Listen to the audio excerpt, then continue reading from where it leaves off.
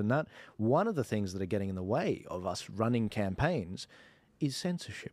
Now, before I go into this particular topic, I wanted to tell you a little bit about one of my guests here who I've been friends with for some time now. Actually, it's a little over a year now, actually. I thought it was a lot longer for some reason.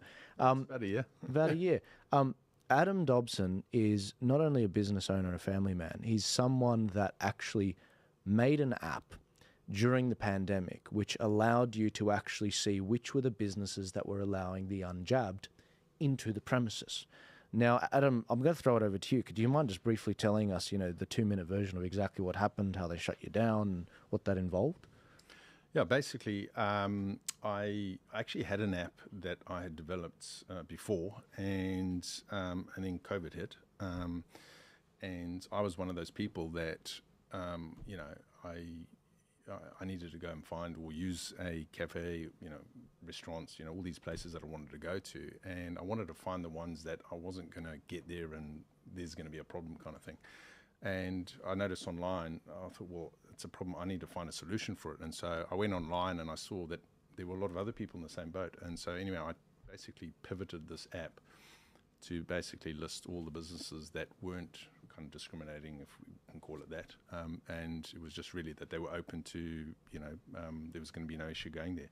And I sent it out. There was a lady that I knew in Melbourne. I sent it out to her and I said, I've got this app and I've developed it and I've basically all these businesses listed on it. And she sent it out to, just did one post, and then literally overnight it was like 3,500 people downloaded the app. And then very quickly I started getting calls from journalists and and they wanted to, and so I just ignored them all. And then they wrote articles about it saying that, it was not the right thing to do and so on and so forth. And so I just kind of closed it down. But it, there was definitely a need there, and, I needed it at the time. And eventually we just kind of parked the app and left it at that. But so that's kind of what happened. And it was, a lot of the businesses, there were lots of them that weren't, that were, not kind of discriminating and saying, if you haven't been jabbed, you can come in, which I think was fair, because a lot of people felt really isolated from society during that period.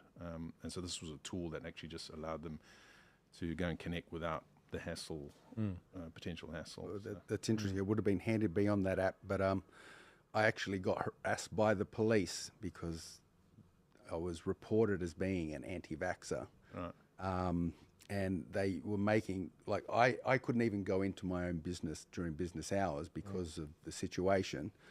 And obviously I stayed back because I kind of suspected something like this would happen, but they were turning up regularly for a couple of weeks to my gym to see if I was there and to see who, and they were, and naturally, it scared away a lot of the customers and people because they got these police officers coming in during peak periods, and thankfully they didn't harass any of our members. They just harassed the staff. But yeah, I mean, I'd done nothing wrong. No one had done anything wrong there. And then all of a sudden, just because apparently they got a phone call saying I was doing the wrong thing. And after the first time they came in, I wasn't there, they got my number, they called me and I said, nope, I'm at home, I'm doing all the right things. If I go in, it's only during business hours to do admin, which I'm permitted to do. As soon as the business opens, I'm out of there, not doing anything wrong. And they went, yeah, okay, no problem. But they still kept coming back. And it's like... Yeah. And people turned on each other. People turned on each other. They said, yep, that business is open. How dare they, Well, it's hard to think. It's hard to. I mean, I don't know which was the worst thing. These regulations that people were meant to follow, which have since been tossed out, or the fact that Australians were dobbing one another in. I think the latter, actually. It's just amazing. I mean, after one of the protests in New South Wales in 2021, there were tens of thousands of Australians contacting Crime Stoppers, dobbing people in. It's just incredible. It just so revealed a very nasty underside of Australian culture. It was disgusting. I remember it was the 24th of July protest, 2021. There was 10,000 reports made to Crime Stoppers after that. I know for a certainty I got thousands of those because there were tons of people on TikTok and everywhere. There were articles saying, report these people, these are the protest leaders and all of that. I had a girl literally film herself dobbing me into Crime Stoppers and then putting the camera back on her like I'm a good person. Yeah. Like you know, I've just Madness. I was just like, this is like Soviet Russia. Like, what is this? Like, Yeah. Big Brother, 1 in 3 people were informants for Russia. Like, you know, during the USSR. People just became possessed. Yeah. I mean, it's amazing what you can do to a people if you make them afraid and then Yeah. give them an other to persecute. Yeah. And make them feel tribal. They become so docile. They will do almost anything you want. And Australia was meant to be one of the few countries in the world where we don't fall for that kind of thing. But what we discovered is that Hook, line and sinker. Exactly. We fell for it hook, line and sinker. And what it proved is something I've thought for many, many years, is that Australians talk a lot about how we're cynical about authority. Australians are cynical about politicians, but we love government. Politicians we don't like. Government, give me more, daddy. You know what was interesting, Joel, is in those 3,500 people that registered, having looked at their names, there was a clear pattern there of all people that had come from kind of Eastern Bloc countries or with those surnames. Right. So people that had grown up in Africa where they've been living under dictatorships, you know, people that were just like, we've seen the story before. And and you know, I think I was surprised. I was absolutely shocked because I had this vision in my mind about who Australia were, how they are and their character. And, you know, they're kind of they got this swagger and this rebellious streak. But it just literally, everyone just like rolled over. I was completely, I couldn't believe it was like the same thing. But yeah, and I think it was disappointing. And, you know, the reality is that, I mean, me personally I didn't even thought about vax or anti-vax or anything like that in my life. I'm a logical thinker. And when this came along, I'm like, hang on. It normally takes, 5 or 10 years to develop this. There's no ways they can do it in 1 or 2. I'd rather just sit back and see. And I mean, that was literally what I was doing, which is just logical brain. Not allowed to do that. That's what most people would. And so, I was never in any, in that world of like anti-vax or anything like it. It was just like, no, I would rather just see the evidence because I'm a logical, and how I tackle any kind of problem is like, has it been done before? What's the normal thing? No, okay, well, I'll wait and see. It's like even a business decision is, do you just jump in or do you? So, Trust and then science. to be labeled on just logical thinking. Same here. Again, it's just critical thinking was made illegal. I did a similar thing. I'm in the fitness industry. I'm very big. I look at health trends, supplements, training, recovery, all sorts of. So I'm kind of always on that scene. And then as soon as this came out, I started looking into. I started listening to the health experts that I've been listening to, and they said pretty much the same thing. They didn't say it's good, it's bad. They said we should wait. We don't have any long-term data. We're not going to get any long-term data. If you jump on board, you're going to become the long-term data. And from my perspective, it seemed like well, the smart choice would be to wait. Healthy. I've got my diet and supplements in place. I look after myself and my family.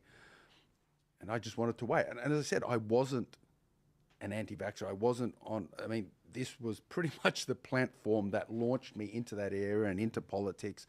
It was just the first ball that started rolling, and it just steamrolled from there. Like, I wasn't one of those, but I'm more than sure am now. Yeah, I'm still today not an anti-vaxxer, but and I think the point is that people just you should have the opportunity if someone makes a decision that way. Like I've got all my family and whatever, they all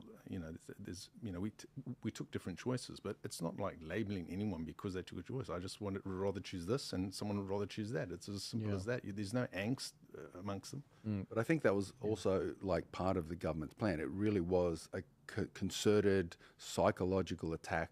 I mean, they very much had a very specific goal. They wanted to achieve something. You could see it in the media. You could see it in the people talking about it, whether it was politicians or famous people. They had the same message, protect granny, do it for society.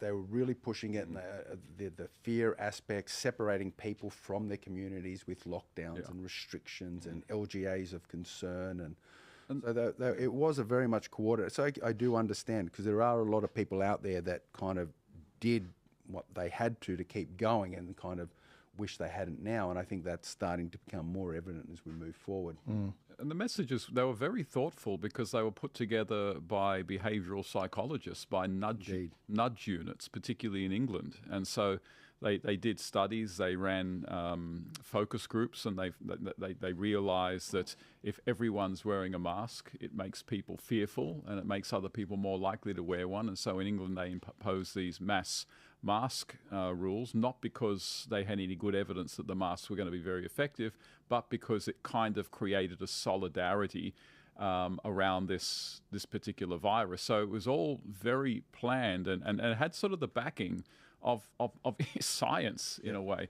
And it also, you got to remember, it makes it easier to spot those people who are non-compliant. Because, you know, there was a couple of times I was in, you know, somewhere shopping. I think one of the times I was in Bunnings, and everyone's wearing a mask. I'm not. These police officers walk in, and I'm sitting there at the counter chatting away, and I look over, they look at me, and they've just pointed at me, and I just went for my pocket because I had a medical certificate, and then once they've seen me looking for my pocket, they've just waved me away, and you know, back on. They didn't even check. But as I said, it's just very easy to spot those people who are not compliant. As you said, it does make it a group thing. You know, we're all together, we're doing the same thing.